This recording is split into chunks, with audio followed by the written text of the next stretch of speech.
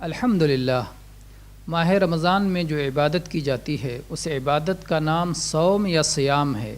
یہ عربی زبان کا لفظ ہے جس کے معنی ہوتے ہیں اپنے آپ کو کسی چیز سے روک لینا یا رک جانا۔ یہ تو عربی زبان میں اس کا معنی ہوا، لیکن شرعی طور پر جب صوم یا صیام بولا جاتا ہے تو اس کا مقصد یہ ہوتا ہے کہ وہ تمام چیزیں جو ہمارے صوم کو توڑ دیتی ہیں، ہمارے صوم کو خراب کر دیتی ہیں، ہمارے صوم کو فاسد کر دیتی ہیں، ان سب سے طلوع فجر سے لے کر کے غروب آفتاب تک اللہ تبارک و تعالیٰ کی عبادت کی خاطر رک جانے کا نام صوم ہے۔ صوم کو ہمارے یہاں روزہ کہہ دیتے ہیں۔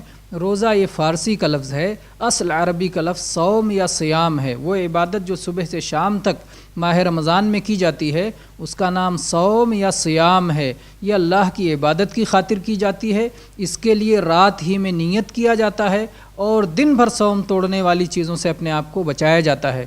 اللہ تبارک و تعالی ہم سب کے صوم اور صیام کو قبول فرمائے، آمین والحمد للہ رب العالمین۔